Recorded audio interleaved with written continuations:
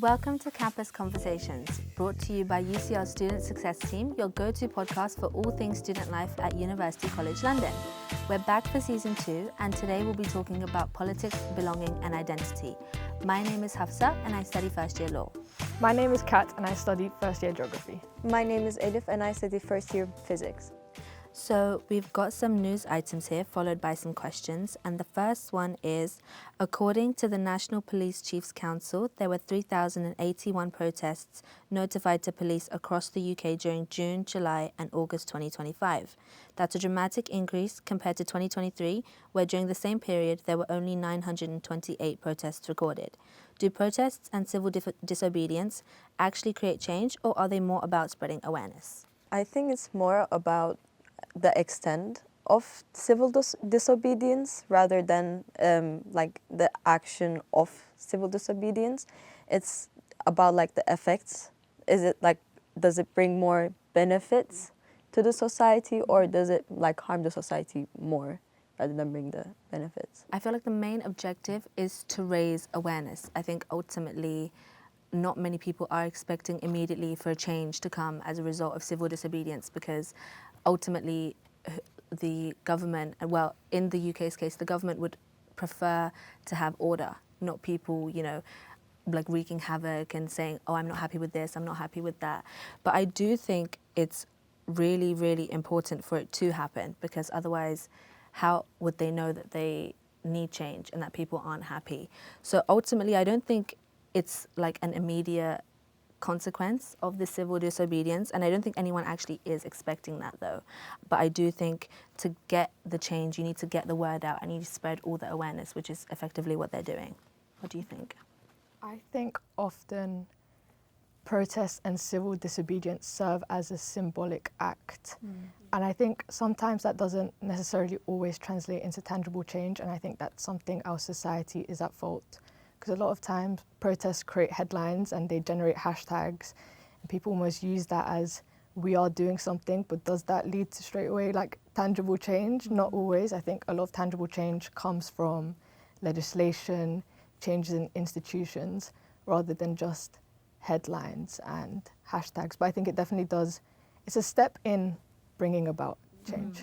I guess it's a step of like spreading the awareness, and then from spreading the awareness then comes the change itself. Because if the government, like if you spread like enough awareness, then the government will hear you out and will be open to make some changes in itself.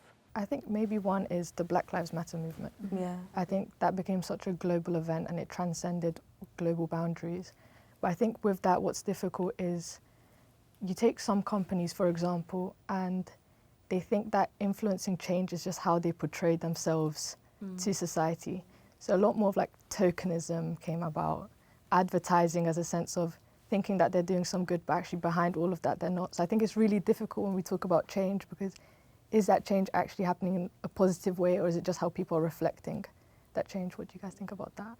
I feel like companies kind of use the movements and just general awareness as an excuse to, for example, when like right now there's so much Islamophobia and racism, and a lot of companies in the last few years have started releasing like Eid lines in clothing or food, but they're not actually making I would say like an actual effort to address the issue. It's more so just, oh, if we make everyone feel like they're involved and we actually just make it seem like we're addressing the issue, then no one's going to put actual pressure on the companies. But I think that's really damaging, because that takes attention away from the real issue, and that also gives them a cop-out to be like, oh, well, I've already addressed this, so I don't need to actually do the work. And I feel like that might be an issue with when you spread a lot of general awareness and a lot of people know generally about something, but they don't know anything specific. Do you know what I mean? So I think this just shows how important it is, in order for us to raise awareness, is to make sure that you independently are aware and you're well researched and you have some knowledge about what's going on around you, so you can form your own opinions. And I think it's also really difficult because some people feel that some protests are almost becoming a trend which people are participating in.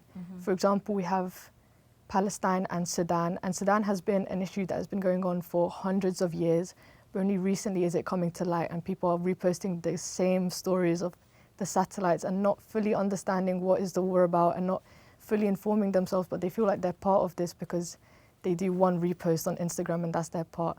So I think it links back to that thing of you truly need to be educated and informed in order to make an actual tangible change rather than just being submissive in it. Yeah. So, a major report from the Sutton Trust shows that internships are disproportionately accessed by middle-class graduates, while young people from working-class backgrounds are being excluded. According to the research, 61% of internships are unpaid or underpaid, making them inaccessible to those who can't afford to subsidize their living costs. The Sutton Trust argues that many internships act as gateways to elite careers, so this class-based barrier really harms long-term class mobility. Do you guys think that class mobility and the self-made notion is still achievable in today's economy? In today's economy, I feel like there's a big difference. Like there's a huge gap between the rich and the middle class. Like it's like an unmatched gap. So rich will take care of it like themselves. But I feel like at some point, middle class and like we have to do like our own thing to survive ultimately, because I don't think anyone from rich group is going to help. If you look at the statistics as well, like 61% is really high. And internships are for like people who are undergraduates or just recently graduated. So if you don't give them any chances, they will have to create their own chances. I think we've internalized this idea that if we're not climbing to the top fast enough, if we're not climbing to reach whatever we might deem to be the top at the same rate as others, that we're not going to make it. And I think there's so many structural aspects that we ignore and we don't recognize the weight of. The way your upbringing, geographical mobility, your social connections. People think that you all start the race at the same line, but there are people in society who start that race a step ahead, who are ahead. And there's this quote which, or like saying that people think, and I think you can extend that to racial minorities or people from poorer socioeconomic backgrounds, and that is you have to work twice as hard but to get half as much. And it's like you're pushing and like working so hard, but you feel like you're never going to be at the same position as them. And I think it's so frustrating when people say you just need to work harder, but it's like you're working so hard and that ambition doesn't erase your setbacks. How much harder can one work without harming their like mental health and physical well-being? I think it's also about like the limits of a human being. How hard can one work to get to the top? I feel like there's this culture, especially in London, where it's almost like something to brag about, or it's become something to brag about, that how tired someone is or how much coffee that they drink because they're doing like 100 things at once. And that's the people who have, I guess, a step up and have a lot more opportunities. And it makes me just wonder how that it just promotes such a damaging idea that if you're not working yourself to the bone and you're not like constantly tired and needing to drink caffeine and you're not running around from this place to this place, that you're not doing enough. And I feel like obviously in the circle of people who have all those opportunities, it's damaging, but it also seeps down into those who need multiple jobs to survive, and they're comparing themselves and their struggle to the very same people who are in these big law firms maybe, and they are working. I don't know what the point I'm trying to get across, that I feel like it's just such a damaging ideology, especially for those who are working class, that you have to be working yourself to the bone or you're not doing enough. Do you know what I mean? Yeah, I guess it's like the comparison between actually working hard to support yourself and your family, and the comparison between making your LinkedIn account look nice. I guess then you have to weigh the consequences and like how much you need to do which one. You know. Yeah. I don't know. But to be fair, I see it a lot in my degree and like similar degrees, that the internships applications, it's crazy. Like I see people applying to summer internships right now. Yeah, I've been seeing that too. So I guess like instead of like the career ladder, it's like you have to be quite fast with it Yeah. to get to like somewhere good.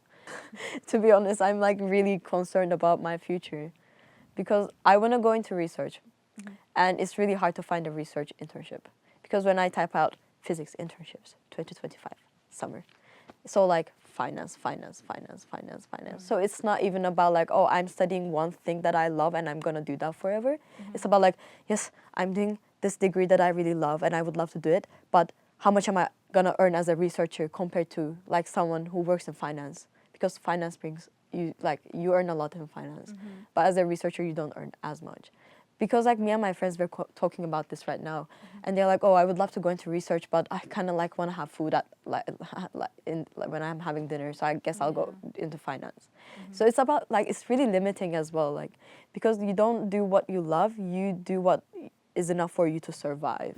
In law, it's so competitive, and I wanted to do the SQE. I wanted to become a solicitor, which is more like, you know, working in a law firm and it's a bit more structured. But a couple of weeks ago, I decided that I wanted to be a barrister, which they're both incredibly hard. But I feel like for the bar, it's just a very common idea that if you like, there's a very slim chance you'll succeed because there's 100 internship adjacent things that you have to do and apply for. And I was reading this just from one of the chambers I was looking to apply for, and it was saying that there's 400, they get 400 applications, and then they take seriously 40, and 10 of those get an interview, and then 3 of those are offered a position. So obviously, in my position, it's terrifying because I feel like I'm having to do like all of these events and like applying to all these internships and all these schemes and going to all these fairs and networking events. But at some point, I'm just wondering, is it even worth it if there's such a slim chance that I'm going to succeed? Because also the main like assumption is that most of the people going to be barristers have family and connections and a lot of money. So I'm wondering how many of those people that are eventually offered the position of like 3 out of 400, how many of those people have got someone that they know that has helped them to get there? And it's so scary thinking about my future. I try not to do it as much. What is it like in geography? I think it links to that physics idea, especially if you're searching for, there is things for physical geography and you're going out in the fields, but if you think about human geography where it's much more theoretical, and development geography and economics, it all leads to finance. And if you think you want to have any step into that geography career, it's going to be through finance. So annoying. Yeah, and like your point you said about family connections, I think that also makes it 100 times more difficult, and you're constantly comparing yourself to, oh, where would I be if I had family? Yeah. Where would I be if I had mom? Where would I be if? And I think that makes it so difficult. But having said that, I think we need to take more time recognizing our own personal successes. I think we generalize success as comparing it to someone else, or how can I replicate that person's success? But we have to think success is not achieved in its vacuum. And I think we need to take more credit for ourselves of what we have achieved so far and take it step by step rather than thinking, where do I need to be in 10 years' time when we're just starting out. I like that. It reminds me of comparison is the thief of joy. That's a good saying. It is, right? I feel like people don't. Sometimes when you're in the trenches, in the dumps, that's all you need, a saying, and it brings me back. Yeah, I'll keep that in mind for exam season. The UK government has announced plans to lower the national voting age from 18 to 16 for all UK elections. According to the BBC, this move will enfranchise about 1.5 million young people aged 16 to 17, but not everyone's on board. An ITV poll suggests that around half of 16 and 17-year-olds are against lowering the voting age. Should 16-year-olds be allowed to vote? 16-year-olds just finished their GCSE exams. Are we trusting people who just did their GCSEs to vote for the country? I mean, yes, they're citizens of the country, but I feel like they should be older and wiser and more mature to make a decision that will affect like the country itself. I feel like I think 16 and 17-year-olds should be allowed to vote because I guess they are the ones who will be living with the consequence of the decision for the longest. Because I remember when Brexit happened, there was a huge and such a major decision made. The 16 and the 17-year-olds at the time, and obviously like a bit older and younger, are the ones who are having to face the major consequences of that. But I do think that I think there should be a bit more of a push to get 16 and 17-year-olds more politically involved, because it's a bit dangerous to just let them vote for whatever and whatever if they're not fully aware of the weight of their actions. 100%. I feel like they should, because as you said, they're inheriting this climate crisis and a housing market so many people will not be able to enter, and education policies which are directly impacting them. And I feel like they should have a say in how these policies will affect them. But I think, as you said, there needs to be more education around and integrating this idea of voting into perhaps the national curriculum and informing themselves a bit more. But I think it's really important about that idea of intergenerational equity and making sure that all generations can vote, or especially on impacts that will definitely impact them, and not having their say muted by all the generations. Do you guys think that voting should be compulsory for everyone? I don't think so. I feel like we mentioned this before. So when you make something compulsory, when you make something forced, people turn into, I'm just going to vote for whatever so I don't get a fine. Like, it doesn't matter. Like, let me just vote. It's like, let me just do it for the sake of doing it. I think that almost then's like, oh, but we're not doing it for the right reason. We're just voting for whoever or whatever. And I think there's freedom is freedom not to participate as well. So that becoming forced is almost undemocratic. Why are we forcing people to do something when people might think that not voting itself is a political statement and that represents dissatisfaction? I agree. I feel like then if you force it, it won't be a fair democratic voting system. I feel like everyone deserves to have a choice in voting. For example, I know my mom is not, she doesn't vote because she doesn't believe in the political system we have in Turkey. So I guess it's like it is a political statement in itself to not vote. And someone should have the freedom to have that choice. I feel like I guess right now in this moment, I don't think it should be enforced because, as you said, that is quite undemocratic and people not voting in itself is showing your dissatisfaction with whatever you're dissatisfied with. But I do remember I think there's been a few turnout issues where the turnout in the UK is just getting really, really low. And I feel like that does address the issue of if you got everyone to vote, then the turnout would obviously be much higher. Like in, I think, Australia, I'm not sure. I think Australia has mandatory voting, I'm not sure. But one of the countries that do, obviously, as a direct result and consequence, have a lot higher of a turnout, which does seem like it seems on the face more democratic, like everyone is getting their say, so whatever happens as a result is effectively more democratic. But then again, I do take issue with the fact that the people who are abstaining for their reasons, that is in itself an expression of their desire. So I think I'm on the fence, but I would say that I don't think it should be enforced. I feel like that's not fair. We've got a new segment this year that we like to end the show with called Campus Confessions. And on this card, we've got a confession from a student that we'll discuss and give our opinion about. There's no judgment. Are you guys ready? Yep. So this person says, I'm seriously beginning to question whether university is worth it. I think I've chosen the wrong degree, but I'm already 2 years in and I can't turn back now. I don't think I'll be able to make enough money to live in London, but I really don't want to go back home after studies. I'm not sure how people make a life here with the rising cost of everything.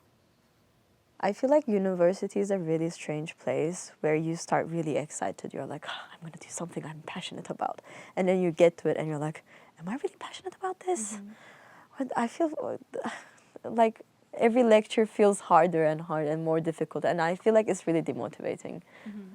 So I feel like that's a fair concern to have, especially with the living wage in London.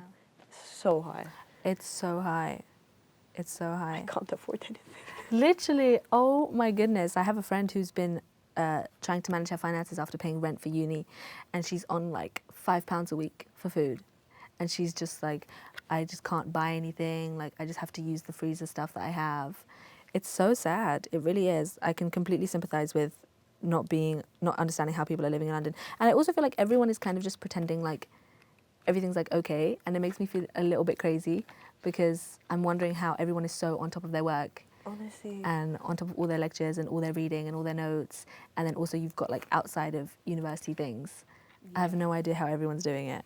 I think, adding to your point, so many people say that university is going to be the best year or like the best couple years of your life, and then you're faced with a massive culture shock when you come and reality really hits you with the work, with the finances, with making friends, with trying to fit in, and there's so many things to like consider that it makes it feel almost virtually impossible to even enjoy a couple days at uni, let alone now be here for 3, 4, 5, however many years. But I think you have to make the most of what you can. I think that's so much easier said than done, and it feels like you have so much work and now you have to like apply for internships and try to find a part-time job. But I think you really, especially first year, second year, grind, try find whatever opportunities there are. And I think there is so much at UCL. There's part-time work at UCL. There's so many lectures you can attend, talks by professors. But I think it takes so much courage and time and energy to do that. So that's what I think. Yeah, I feel like handling academics, finance, societies, friends, assignments, quizzes, pre-readings. It's just like the list keeps going on and on and on and on. Like my mom, she comes into my room at 11 p.m. He's like, "Good night." I'm like, "Good morning." Actually, like this is we're just starting. But I feel like it's kind of rewarding as well when you get to the end of it. It's like when you graduate. Because I saw my sister graduate. And it was really rewarding even for me to watch. Because I saw her like struggling through. She also did law. So like all the peer readings, essays, peer readings.